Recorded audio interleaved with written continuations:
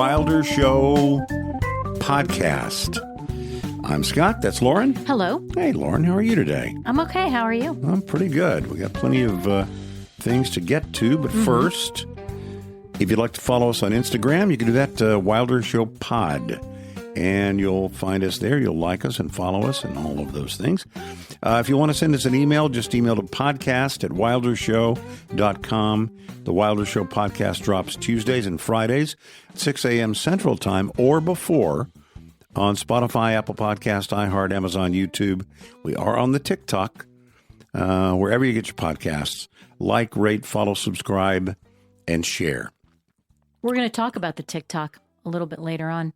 I got something for you in Scattershoot. Oh, great. Okay, in Scattershoot, the TikTok. We got to talk about Taylor Swift. She became the first artist ever to win the charts and the box office in the same weekend. She did. That happened this last weekend, so we'll talk about that. Trump and Gaza, Trump and the shutdown. What is the Chicago mayor talking about? And Vogue. Is it Condé Nast that owns and runs Vogue now, I think? That sounds right. They have a statement on fur. Okay. That we'll talk about. Is it a controversial statement? Oh, no. No, it's just, I'm surprised they're just now making it, actually. Okay. So we'll talk maybe about that. Should we say a quick word about last Friday night? Oh, yeah. Let's just say a little word about what we did and what it was like. We were at a benefit for Hope Women's Center in McKinney. It is a pro-life women's center. There you go. They shepherd women and men. I think that's really after hearing about what they do. We were somewhat familiar with what they do, right? From the very beginning of what might be an unplanned pregnancy, all the way through the first several years of the life of the baby, not just women, but the men too. And it is a holistic approach mentoring to, and all kinds of things. to dealing with women and men in unplanned pregnancy. The gospel is firmly rooted in that process. And the way we got attached to it was someone let us know that Stephen Curtis Chapman, who we've known for decades and loved for decades, was going to perform at this benefit show. As he did last year. As he did last year, yeah. So we took an interest in that part of it too, figured out a way that we not only could we go, but take some podcast listeners with us. Yeah. So when we sent, when we asked you several weeks ago, maybe a month or a little bit more ago, to let us know if you were available on the night of October 3rd and if you might be interested in doing something special with us. That's what we were talking about. So we took all of those responses to the people who said, yes, I'd like to know more. And we chose 4 lucky winners. And they each got to bring a spouse, significant other, friend and join us. And it was lovely in every possible way that it could have been. Yeah, the weather really cooperated, and there was fireworks afterwards and food trucks and all the things. And the people were great. Just great. Everything was fantastic. And I don't want to say the name of someone in case they don't want their name said, but on Friday night, I got a note from the woman who turned us on to this at the very beginning. Oh, really? And said, how was the thing tonight? Oh, nice. With Stephen Curtis Chapman. And I said, oh, it was great. I said, thank you so much and we look forward to being a part of it again next year. It was a great time. It was a fundraiser, and we were a part of it, and we were happy to invite friends to be a part of it too. And we probably should mention, if you ever have an opportunity to learn more about Hope Women's Center and you are inclined to help them in their endeavors, we can stand behind them and say that we believe in them 100%. And also, if you ever have an opportunity to attend an event at Barnhill Vineyards, it was beautiful. Golly. And they do stuff every weekend. They have bands out there and food trucks and events every weekend. You don't have to be a part of a group. You can just get a couple of tickets and go out there and spend a lovely. I don't know if they're all on Friday evening or not. But just on Friday, some Saturday. You can find them on social media. You can find them online. Barnhill Vineyards in Anna, and they were wonderful hosts, and it was a beautiful place. And we know of Hope Women's Center in Anna because we work with sort of a parent organization that they are a part of. we work with Preborn. And Preborn is a part of what's going on at Hope Women's Center. If you want to find out more or participate or volunteer or whatever, go to standwithhope.org. Standwithhope.org. And if you were not able to participate with us this time, we'd love to be able to do stuff like that in the future. Sure. We will keep our eyes and ears open for things like that, and maybe next time it'll be your time to join us. I think we default to there. That was such a great place, and the weather cooperated. It was just, the sun setting over the fields and the horses, and man, couldn't have been better. Just very nice. Okay, let's dive into today. Trump and Gaza. He gave a deadline. It's really funny, not funny, but interesting. When our podcast dropped on Friday, this happens when you do a podcast once a week. It would happen if you did it once a day. But as soon as you get it out there, it's like something changes, something's different.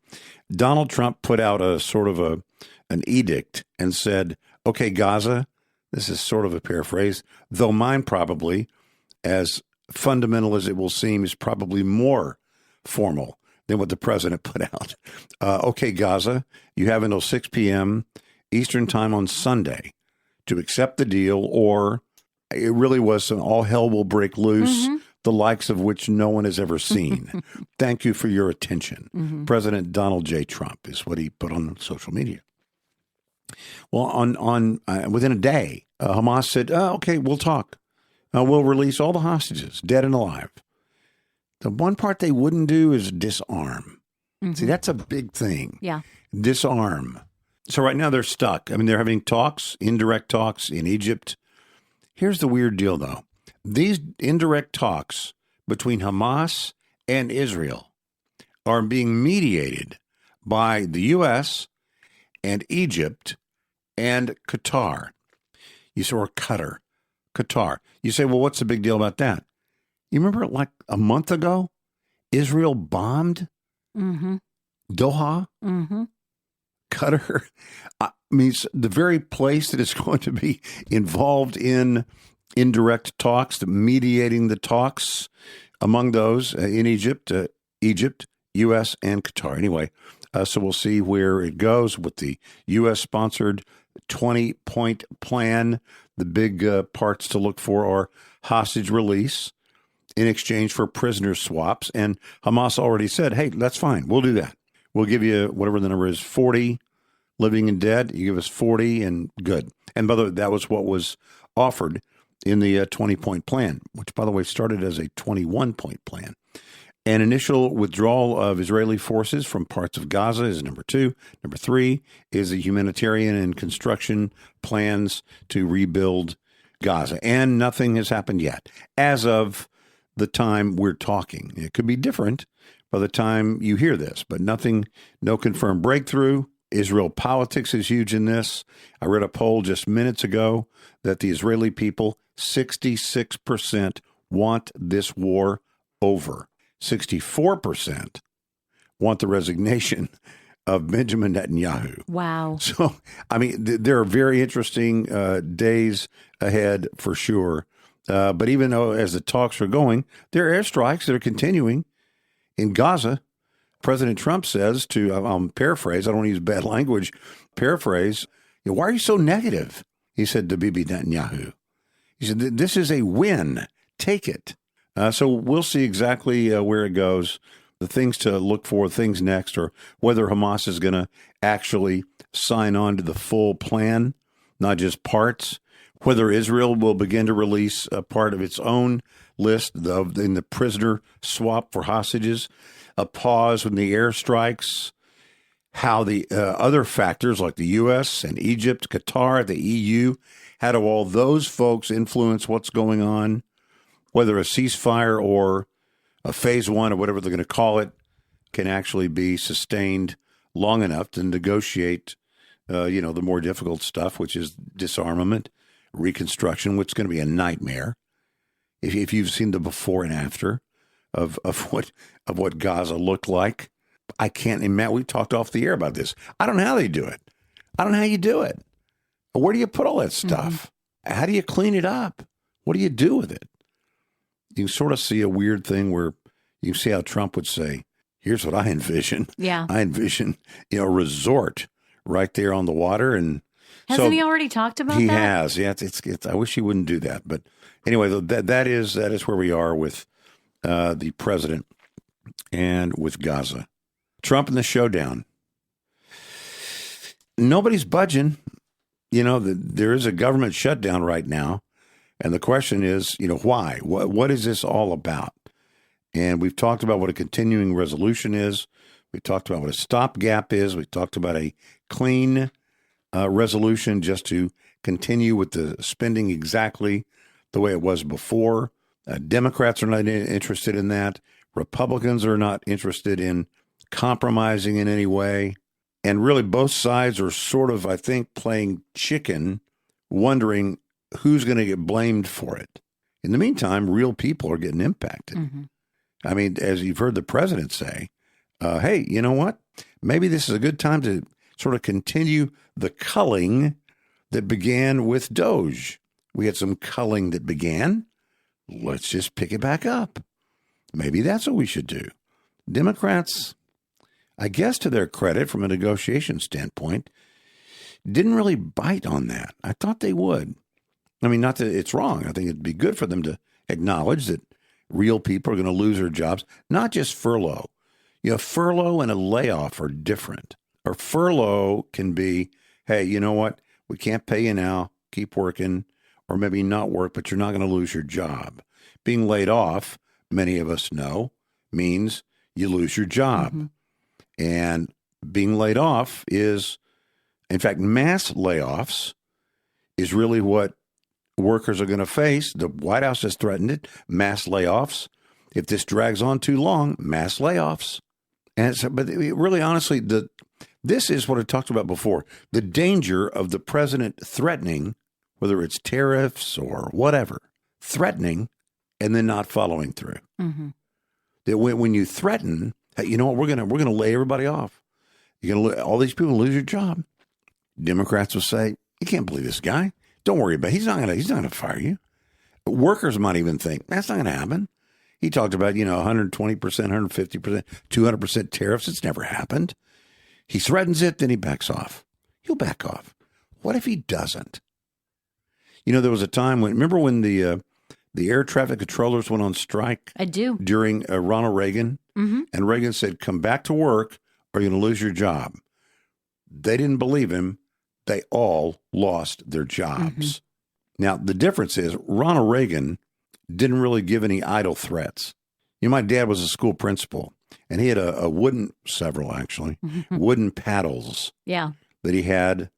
The former students, which I thought was pretty sick, former students made him, as they went into junior high and high school, they brought back wooden paddles to give to my dad, who was a principal. Is it kind of like having to go out and get your own switch like that? Except this is, I'll go get the switch from my brother. Yeah. Let me go, Dad. So it's like, so these other guys are bringing back, I guess they learned their lesson or they were scared straight or whatever. And they'd give those to my dad. And my dad, unfortunately for the three Wilder boys, less so, in fact, never to my recollection for my sister, but for certainly the two of the three Wilder boys, to our pain and correction, those paddles rested above a built-in in the den. Mm-hmm. My dad had a chair with the old recliners were sort of clunky. They made noise. Mm-hmm. They weren't really smooth. You knew when your dad was getting up out of it. Well, that's the point I'm making. Yeah. That if my dad would snap his fingers and say, you boys cut that out, there was a sound that followed that. Mm-hmm. And it was the sound of that footrest coming down. Yeah. And by the way, there were no idle threats by my dad. Mm-hmm. My dad used to say, I can't make you do it, but I make you wish you had. Or I can't make you stop, but I make you wish you had. But there were no idle threats. Right. And if that footrest came down, there was a progression of things that would take place, mm-hmm. that would get our attention and remind us of sort of the way things are. Ronald Reagan, there was no idle threats. Donald Trump, you don't know. You could say that's the strength. I don't think it's the strength. I think when you go out there and say 200% tariffs and whatnot, and then later you say, okay, well, you do this, or you give us your rare earth minerals, or you do this, or you invest $100 million in America and move your plants back here, then I'll forgive this. I mean, it really is, it's an odd thing that he does, but it involves a threat and then no follow through. Right. And so I think there are workers who are at risk that maybe think they are not at risk, but they are in fact at risk. It involves our military. It involves, we talked, I think, before about things that are likely not to be interrupted. I mean, Social Security, Medicare, Medicaid, Postal Service, border security, courts, essential operations, air traffic control, aviation safety, Pell Grants, federal student loans, all those things will stay in place. Things that will be reduced or suspended or delayed could include things like food inspections, national parks, museums, public lands, non-emergency regulatory work, some transportation, oversight, things like that. So, look, bottom line is, and by the way, the military is involved too. You have military that are working right now, and their checks should go out in the next about 10 days. And if this doesn't get fixed in the next 10 days, we're going to have military, and I mean hundreds of thousands, more than 1 million, that will be strumming their fingers wondering, where's my pay? Right. So I expect it will be figured out one way or the other. And the thing to look for is some kind of, hopefully, a deal to be reached, one that maybe includes some conditions on health care and subsidies and the things that Democrats want. The public opinion, interestingly, is, I say split. It's not really split. What's divided into basically thirds regarding who is to blame. Who is to blame for the shutdown? Are the Republicans to blame? Yeah. 30-something% say, yeah, Republicans are to blame. Democrats to blame? Yeah, 30% say, yeah, Democrats are to blame. And 31 or so percent say, both of you, pox on both your houses. You're both to blame. So basically, it's about 50-50. Actually, the breakdown is something like 60% think it's Republicans' fault and 60% think it's Democrats' fault. Because you have 31% who think it's both of their faults. So hopefully it'll all get worked out, and it can. Don't know if it will. But I don't like the whole thing of playing chicken and trying to figure out. It doesn't really matter. In other words, neither side is actually motivated until it is clear to them that if it fails or when it fails or whatever negativity that befalls this will be blamed on them. That's not the right way to do it. Yeah. Now, Republicans can say, listen, Democrats, that we have tape after tape after tape, videotape of you saying a clean, continuing resolution is the way to go. Again and again and again. This time you say it's different. And why is it different? They will say it's because of this, this, and this. It's different because it's Trump. That's why it's different. They don't want to give him a win. And, of course, we have to say a word about the mayor of Chicago. You know, this is the whole thing of Portland, and you have, are the troops, I say troops, are the National Guard troops welcome in Portland? Are they allowed to be in Portland? This is all to, according to the administration, to protect government, federal property, and federal law enforcement as they are executing ICE raids to round up people that are in the country illegally. And Portland says, no, we don't want them. Chicago is now saying, the mayor of Chicago has said, we are creating an ICE-free zone. And the mayor of Chicago, in explaining this, says, no one is above the law. Yeah, that's right. No one is above the law. We're talking about the people that are currently breaking the law. That's kind of the point, right? By being in the country illegally. When you say no one is above the law, but you create an ICE-free zone, that's incongruous, isn't it? That'll work. Those two things should be, and they are, mutually exclusive. You can't have an ICE-free zone and say also no one is above the law. You can't create a sanctuary city and say no one is above the law. And who he's talking about is the federal government trying to enforce the law. They are not above the law. He's trying to say that they are breaking the law by enforcing the law. Aren't you glad you live in Texas? Taylor Swift, she's a force. She is a force. I got to tell you, we have several layers of this. I want to Lauren talk to you about. The Life of a Showgirl is the name of the album. It has 12 cuts. It's the 12th album. We're told there will not be, 48 additional cuts that will go with this. Like the last one. Honestly, went on and can on I and tell on. you, I'm a fan. I didn't even get through all of those. Who could? I mean, it's a lot. Yeah, it's a lot.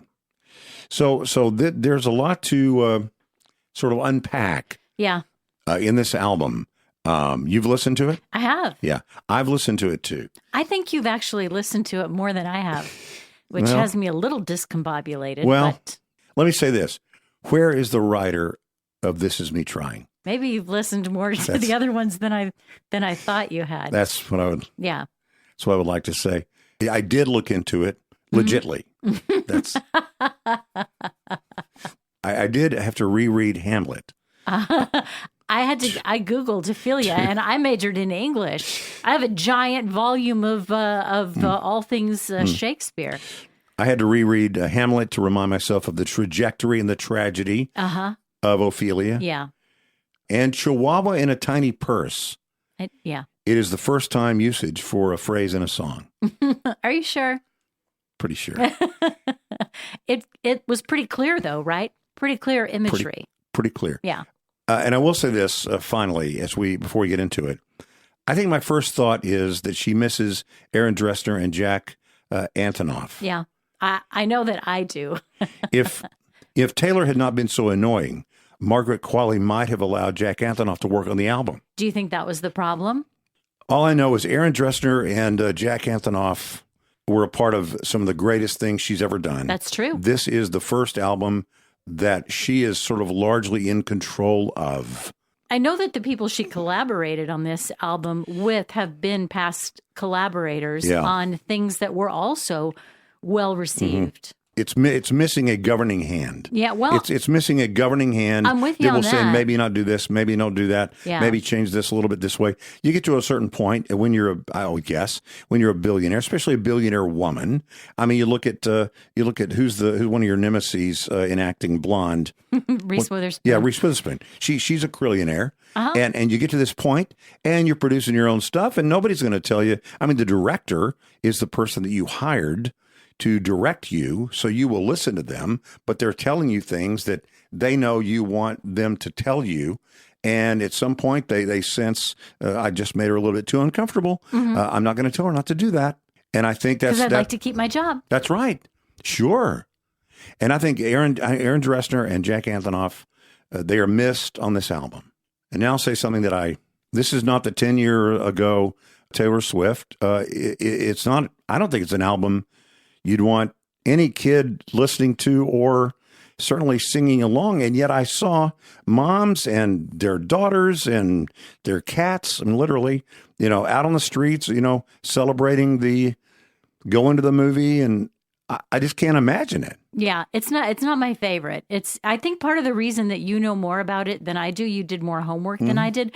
I listened to it once all the way through, and then I listened to a couple of songs a few more times, and I found a couple that I liked. And then I just went back to some old stuff that I like more, and I really did listen to that on Saturday. I think I like Joe Alwyn's girlfriend better than I like Travis Kelce's fiance. It seems to be just written from an entirely different perspective. It seems kind of immature. It is very immature. Listen, I still like all the Swifties are listening. Don't come for me, please. I'll have to put an extra lock on the door to counteract their wrath. It just seems kind of cheap and easy. And one thing that I thought of right away is I'm really glad my daughter's not 13 now. Okay. I'm glad she kind of got to grow up with her. And when she was 13, 14, 15, Taylor Swift was still young enough that she was writing songs that at the time I thought were really beautiful from the perspective of a teenage girl. I thought she put that time of life into beautiful words. She was a decent singer. She was a decent guitar player. And she was somebody that I was not at all afraid of my daughter listening to or kind of looking up to. And certainly over at least this album, there's just stuff I don't want to know. I don't need to know about it. I don't know if it is because she's trying to sort of, there are plenty of women who are singing songs that are far more crude and vulgar than she's built anything a brand. that's on this album. She's built a brand. She's drawn. She's the Pied Piper for young girls, and I think that has been maybe earned. Some people would disagree with that, but I mean, for the most part, she's done. Look, you know that I have folklore tattooed on my knuckles. I think you can grow up, which is her right to do, without being kind of raunchy. It's sleazy. It's just sleazy stuff she's got in there, and it's immaturely put. I heard one reviewer say it was the way someone who wanted to show that they can say cuss words. It's like, oh look, I'm going to say this. I'm going to say. I know this stuff too. Yeah, exactly. I can say this stuff too. It's weird, and there were several things that were just the word vibe in the lyric, the word meme in the lyric. The things that were like posting. She's 35 years old. Yeah. And she's talking about, I know a 35-year-old can reflect on the prom date. I got that. I understand that. But it just seems like she's sort of regressing. She's sort of stunted. I would look at it as more of a regression because I don't think she was. Yeah, that's true. I think there had been growth. I think she had sort of been maturing. Let's talk about Ophelia real quick. Ophelia is from Hamlet. Yes. And so I went back and read Hamlet to be able to talk to you about this. And Ophelia, the point of the song basically is that the love of her life has kept her from the fate of Ophelia. I've not mischaracterized that, right? No. That is the point. The point of her song is that this new love has kept her from the fate of Ophelia. Ophelia died. She drowned, right? She died, I think, threw herself in a river. Yes. But she had three men in her life in the Middle Ages. The men in her life were her father, her brother, and Hamlet. Yep. And in those days, women knew nothing. They couldn't make any decisions, and no man thought a woman could do anything. And so men made all the decisions. She was controlled by one person or another, one man or another. And it was never going to end. You talk about the patriarchy. I mean, that really was what was going on there. People talk about her Shakespearean ability to write. She's missed the whole mark of Ophelia. Yeah. If Ophelia had found, quote, the right man, it wouldn't have changed that patriarchy. It would have would have been a man. Sure. It would have been. So that her fate was sealed no matter. So the very fact that, I'm not saying her death was sealed, but she was going to live in that world because that was the world at the time. So when Taylor Swift says, I found the right man, so now I will avoid the fate of Ophelia, that's not true. That flies in the face of what Hamlet is all about.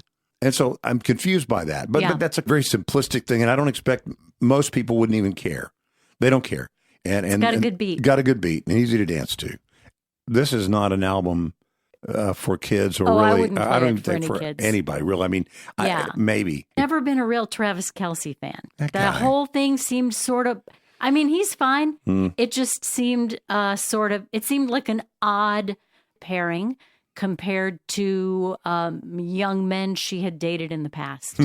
Yeah. A lot of artists, a lot of singers, a lot of actors, and now all of a sudden a football player. Just seemed different. Wait until TS13. We'll meet again then. It's time for Scattershoot. Let's go.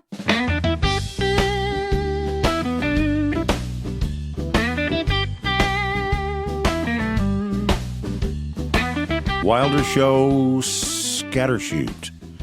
All right.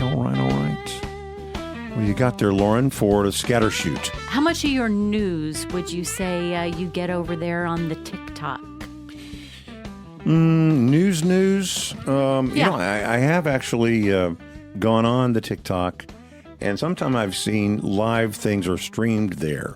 For example, the White House, where they have the press briefing. Yeah. You can't really get anywhere else. I mean, you can. Yeah. You go to C-SPAN. Yeah. But if I'm driving down the road, I might want to listen to it. No radio station is going to have it. Yeah. And it's like, oh, there it is, and boom, I might listen to it. There's so much I don't know about this, so it's not just little snippets. There's some stuff is live, some stuff. I'll give you an example. Late at night, There is a guy that has a massive telescope, Mm-hmm. and he just puts it on the moon Mm-hmm. and plays music. And that's on TikTok. Uh-huh. And you just watch. You can. Well, I mean, I do watch... it all the time. But every now and then I'm curious about the moon or with this new comet or whatever going on. So it's very niche or niche. People are very. Yeah. They're a little tiny. I saw a recipe. I saw a great recipe for. Oh yeah. For macaroni and cheese. I will make this recipe of macaroni and cheese. It was some Southern woman that was making macaroni and cheese for her husband and grandkids or something to watch college football. And I wrote down everything. You did? So yeah. Yeah. I mean, I know exactly right now what I would do. But for the most part, it's a bunch of nonsense and foolishness.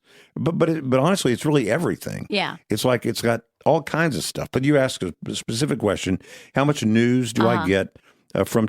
Almost none. Okay. I get my news from what I would consider reliable news sources. However, many of those reliable news sources are using these other ways to get their word out. Yeah. And that would be maybe Instagram or YouTube or the TikTok. They know where the kids are. Yeah. TikTok is increasingly a place for news, especially among young U.S. I believe adults. that. Sure. And it has increased a lot just since 2020. In 2020, adults aged 18 to 29 got about 9% of their news on TikTok. In 2025, 43%.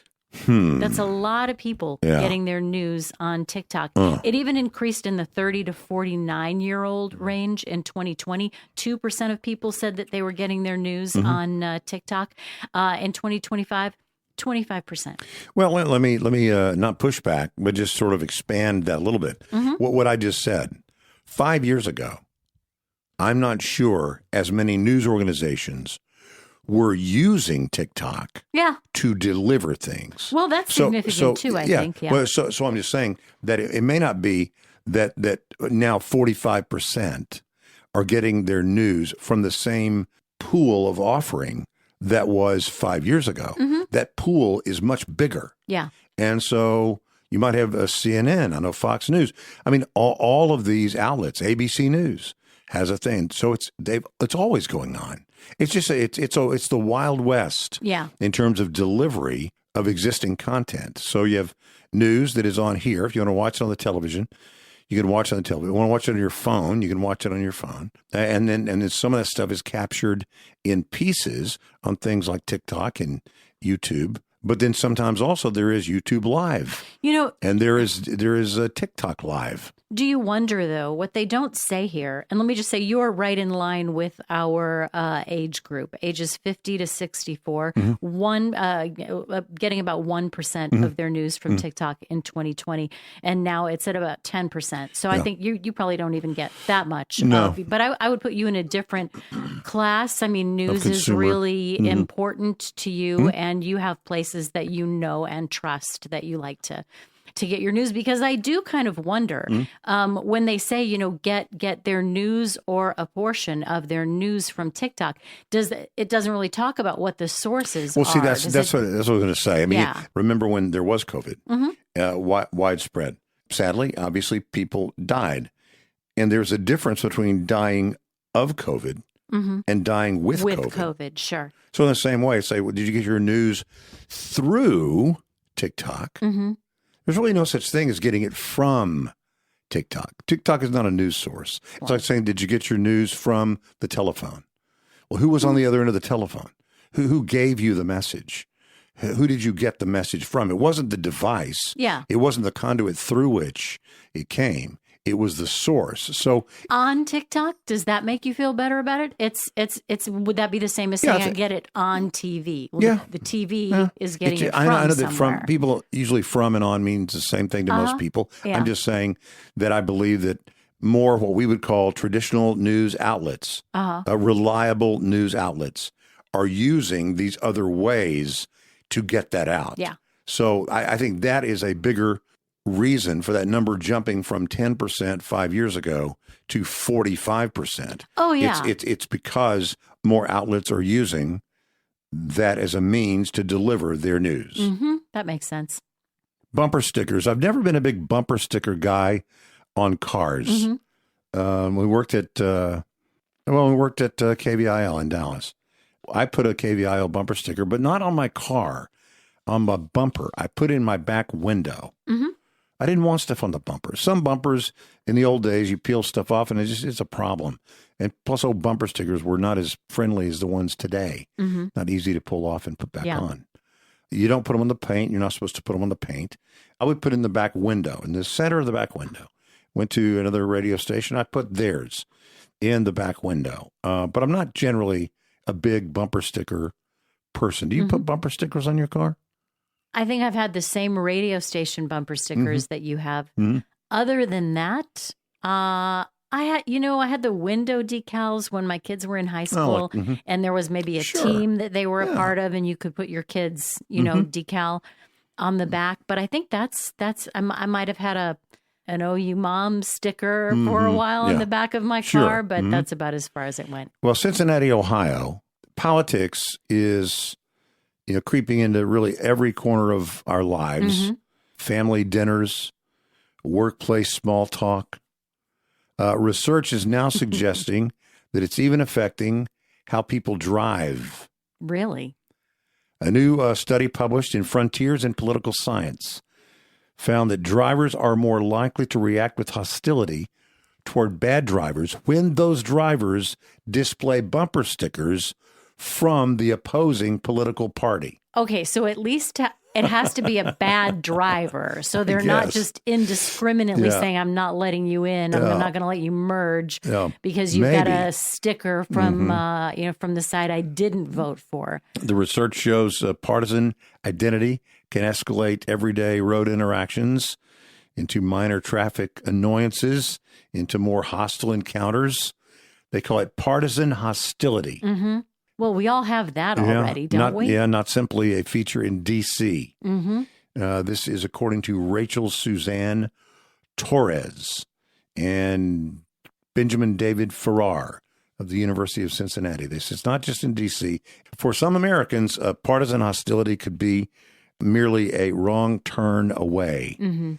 They use computer-generated dash cam footage to simulate realistic driving scenarios. Participants watch videos of another car either driving smoothly or driving badly, cutting them off and forcing them to brake hard.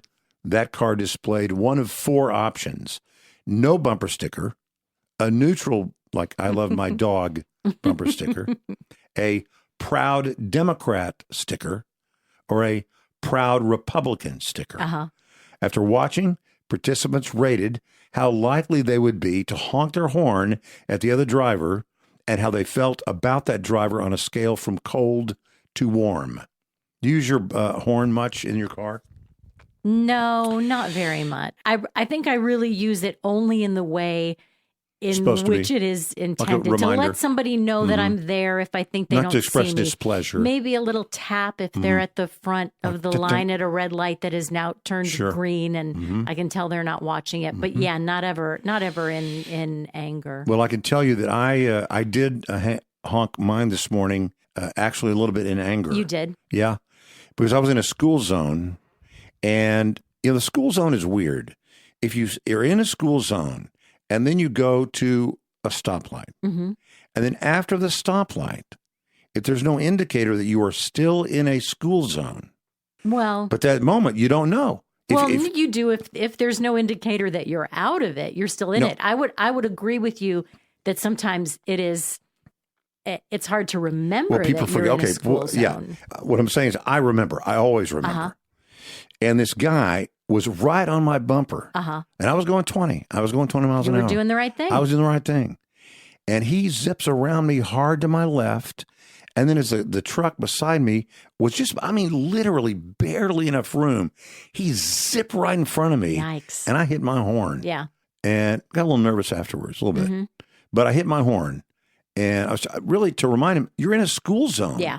You can't do that. I always wish there would be a police officer like right there. To remind him in a different way. Anyway, so The intersection of driving and politics. That's not political. That's just my irritation. And people's safety when it comes to school zones. The pattern is clear. When another driver is driving well, bumper stickers had almost no effect on how participants responded. But when that same driver was driving badly, an opposing party's bumper sticker made things worse. So they did a whole statistical analysis and all that. I understand that. Yeah, no wonder. I mean, look, they voted for X, or they're a MAGA person, or they're a whatever, a Democrat or whatever. It's crazy. But I don't put political bumper stickers on the car. I don't think I ever have done that. I don't do it. And I don't think maybe a long time ago I did. A long time ago, it would have been probably a Reagan thing. But it just invites trouble, and I don't need more trouble. Yeah, I've had signs in my yard, but never on my car. Have you had a sign stolen before? I defaced? don't know. No. Never had a sign stolen or defaced. So drive careful out there, folks. So now that we've all gotten used to the rise of the iPad baby, you know what the iPad baby is? I hate to say anything. I hate to be real about this. I hate to be honest about my feelings about this. I don't want to offend anybody. And honestly, anybody could look at me and say, look, when your kids were little, you didn't even have access to this. You probably would have been on the same bandwagon that we're all on. You go to a restaurant, you want a few minutes to enjoy your dinner and a little bit of conversation. If you hand the baby a screen for 30 minutes or how bad could that possibly be? Well, I would like to think that I wouldn't have done that. My nature tells me I wouldn't have done that. But my kids watch TV. They probably watched more television than some people at that time would have thought was the right thing to do. If somebody else came to you and said, what do you mean you let them watch 2 hours of TV a day or whatever the number was for you? Are you insane? Don't you care about your kids? What about family game night? Right. What are you? It's like, dude, I'm dying. I need 5 seconds. Well, there's the next wave of the iPad babies. What is that? It's now being reported that some people are using the soothing voice of chatbots to put their kids to bed. Ooh, that's wrong. Asking AI to read their kids a story. That's not good. And also maybe this is the thing that I actually saw that brought me to this. A guy saying that after several hours of talking to his son about all of the details of Thomas the Tank Engine. Thomas the Tank Engine has been around for a long time. So I have had those conversations about Thomas and all of his friends and all the different trains and all the different names. And I'm sure now that it's 30 years later, there are probably more and more trains to talk about. So when he had enough, he gave his kid, he opened Chat GPT and told his kid just to talk to Chat GPT about Thomas the Tank Engine. It came back a couple hours later, and there were the transcript of their interaction was 10,000 words long. Yeah.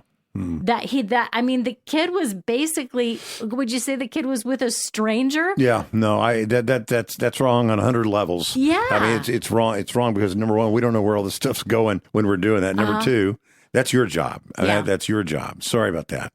But that's your job. Yeah. It's your job to do it or to see that it is done and not by having it done by Chat GPT. Yeah. You just can't do it. That's just not the right thing. I feel like this is going to date me too. You remember the old Bob Newhart thing where it had nothing to do with the show, but he would be the voice of a psychiatrist or a psychoanalyst, and somebody would describe their problem to him and he'd say, stop doing that. Just don't. Stop doing that. Don't do this. It. Don't set your kids, your 4-year-old up with the Chat GPT to spend a couple of hours in meaningful conversation that you don't have time for. The other thing that we've talked about, you have a limited amount of time with your kids. It may seem like it's never ending, but it really is ending, and it ends far more quickly than you think. And when it is over, it is over. You have a very small window. John West Wilder, my grandson, just turned 8 months old. And I can't believe it's already been 8 months. He's 8 months old, and I can't believe it went by so fast. I'm sure. And of course, his dad, my son, is 30 or whatever he is. And you can't believe that went by so fast. And then I look at me and I think, gosh, I can't believe that went by so fast either. So it all goes by very quickly. And I'd say don't wish it away. Don't wish it away. Don't give it away. Don't wish it away. Don't give it to ChatGPT. Don't get, spend as much time as you can. I know you got to have a break. I understand that. But I'm like you, Lauren. I don't like seeing, let's say at a restaurant, you got a dad and a mom. They're each on, I assume dad and a mom, husband and wife. Yeah. You have her on her phone, him on his phone, the kid with an iPad. It's like, what's going on here? Yeah. Now, maybe that's, like you were saying, don't offend anybody, but I would just say, put that stuff up for that. I mean, you want to do it when the kid goes to sleep, fine. Or do it before you get home from work or whatever. But could we just have a moment? Where we look at each other's faces. We're looking up. If we believe that that's valuable in schools for kids not to have, and we talk about all the value. Which we apparently do more and more and more now that more kids are, more schools are, adopting no phone. And then they're saying, look practices. how much more productive they are. And even in the hallway, they're not looking down at their phones. They're looking up. Mm-hmm. They're seeing each other at the lunch break or whatever you have. They're not all sort of cocooned or siloed away in their own little moles, doing their own little things. They're talking to each other. And, I just think when it comes to your family, I don't know. I don't want you to have regrets. Yeah. And I think that is a regret. I think if you turn it over, first of all, if I may, to whatever, was it a dad that did that? It was a dad. Yeah, there you go. All right, let me talk to that dad for a second. Here's the thing. ChatGPT is more interesting than you. Okay? And you don't want your kid to know that. So spend more time with him and don't let him know that he can find all kinds of things out there. We don't want to train our kids to say, hey, just go ask the computer. Go ask, the old days said, go ask your mother, ask your father, ask your dad, ask your mom. Or go look it up. That's what we did. We had to look things up. But, I wouldn't turn over computers, especially bedtime. Give me a break. So there's nothing that you would, I can't believe that. I mean, I do believe it, but I can't believe it. So there's your lecture for the day. There you go. Your loving, concerned, heartfelt lecture for the day. That's right. We care about you and your kids. We care about your kids more than you. But write this down, Lauren. I believe children are our future. Thank you. It's really beautiful. Thank you. That is the Wilder Show podcast. Instagram, you find us there. Just we're Gramming. By the way, Instagram, I think, just celebrated its birthday, didn't it? This week. This last week. Yeah, this week was Instagram's 2012, I think. No, 2010. 2010. Mm-hmm. It came out or was launched in 2010. Instagram. So celebrate the 15th anniversary or the birthday of Instagram by liking and sharing Wilder Show Pod at Instagram. Okay, so go there. If you want to send us an email, just email to podcast@wildershow.com. The Wilder Show podcast drops Tuesdays and Fridays, 6 a.m. Central Time on Spotify, Apple Podcast, iHeart, Amazon, YouTube, wherever you get your podcasts. Yes, we're on the TikTok. It's kind of nonsense from us there. It's okay, though. It's news-ish. A lot of people like it. It's news-adjacent. Anyway, check it out. Wilder Show on the TikTok. Like, rate, follow, subscribe, and share. And Lauren, thank you. You bet. And we'll see you next time.